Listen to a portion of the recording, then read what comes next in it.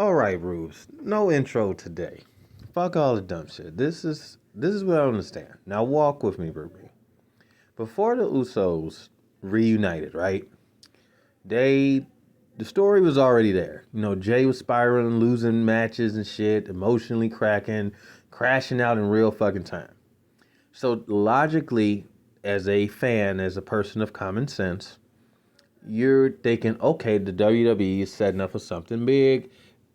Jay's going to crash out, and most likely his brother's going to take the rap. Fair to say? Yeah, exactly. Jade wasn't just losing. This motherfucker was losing himself. And Roman was in his ear, telling him to get back when he was the right-hand man, just acting like a fool, just on demon time type shit. And then, of course, Jimmy, the big brother, come in, be like, hey, Joe, he been losing a lot. You ain't been winning. So, you know what? Let's be the Usos again and let's win together.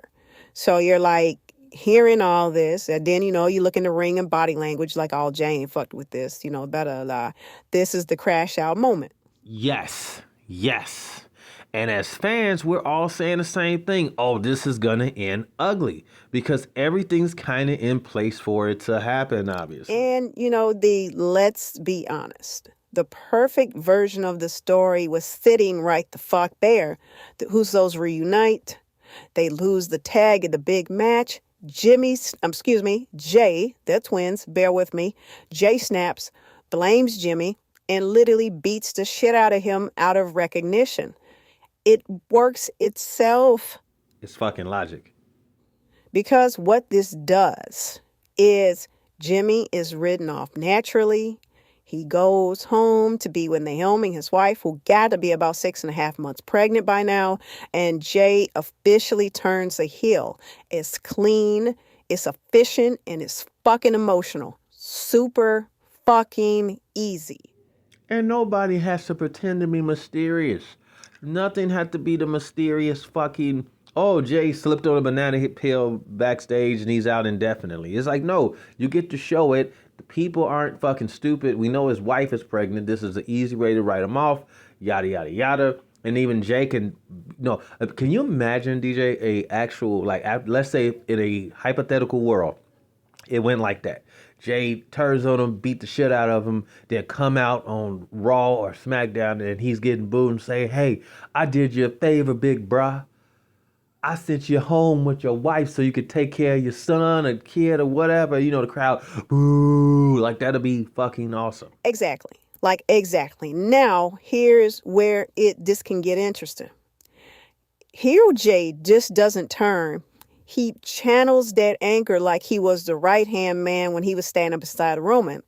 He can have an Intercontinental title run or a United States title run, which he should have established in the first place. The promos is not about needing Jimmy or needing anybody, proving that he's always been the engine. It just fucking writes itself because Jimmy, twins, we're both fucking up. Jay just has more heat when he's a heel. The yeeting was cool for like a hot minute, but that died out. DJ, to be honest, the yeeting was meh to me. It was like very macho manish and, just like a cheap hop to sell merchandise. It got hot and obviously it was super over. But when he got to the big times, that's when it seemed to start cracking just a tad to where maybe there was more he needed to kind of learn. But I do agree, a more unhinged, focused, dangerous Jay is excellent. This is not a mid-card heel. That's a problem. And then if you do it correctly, you can build him back up to this ridiculous main event, Jey Uso. And if it's done properly, when Jimmy comes back, if he gets that big match, now you build Jimmy as well. To me, it writes itself. And if you build Jay without rushing him into the main event again, now you've made him a legitimate main event superstar. Damn. Absolutely, Ruby. Couldn't have been said any better. And now let's fast forward a little bit. Let's do a little fantasy booking. Jimmy comes back, big bruh, big Jim, not smiling, not joking, not saving anybody. He's back on demon time. He's come back changed. This isn't let's reunite again. This is, motherfucker, you broke me. Now deal with it. WrestleMania season, the right way. Brother versus brother. No bloodline, no Roman shadow. And here's the key. Have some stakes on the line. Have Jimmy have an intercontinental in the United States, and Jimmy gets this win. And not only beating his brother, not only beating fucking Simpson to his brother, he wins the fucking championship. Which, if I'm not mistaken, that would be his first title on the main roster, single title, which would be a huge moment for Jimmy as well. And I'm not going to lie, in my mind, I almost said Jimmy Butler. That's absolutely ridiculous. I don't know what the fuck we're on like people, but we are tripping. But you know what I meant? That'll be Jimmy's first United States title. It'll be absolutely amazing. It's amazing visual. But unfortunately, we got to talk about what the fuck they did now. So instead of them doing all that wonderful fucking booking that we just did for you fine, gentle folks, they beat the New Day. Beat AJ Styles and Dragon Lee. That motherfuckers didn't even have a certified tag team name yet, but they ain't got the titles. And win the tag team titles immediately. And it's like, what the fuck? You know, yes, you sent the people home happy to end the year, but it's like one of our biggest peeves here, because it's DJ's peeve too, is using the titles for prop devices. That's never good, because no title will ever feel serious. Yeah. Yes, indeed. That's absolutely 100% a pet peeve. And now we're all asking, why rush this payoff?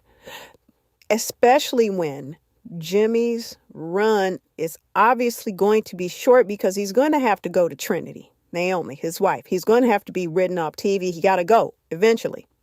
And then the tension kind of evaporates and Jay's arc stalls instead of exploding. Like, sometimes you can push this a little too long. Now, yes, eventually, do I still think he's on turn heel? Yes, but it's like, this would have been a perfect moment to end the year off right. You know, that's the final fucking straw. But again, they went another direction. This isn't about hating the Usos winning. I don't want to be that way. They're 9-time champions. Congratulations. I'm just pissed off about the missed opportunity. It's definitely a missed opportunity, DJ, 100%. The better story wasn't louder, but it was cleaner. It was to the point, and the WWE loves to close on these emotional pops all of a sudden, but over the emotional scar, it's scars that last longer. Ask the John Cena heel run. Yeah, I fucking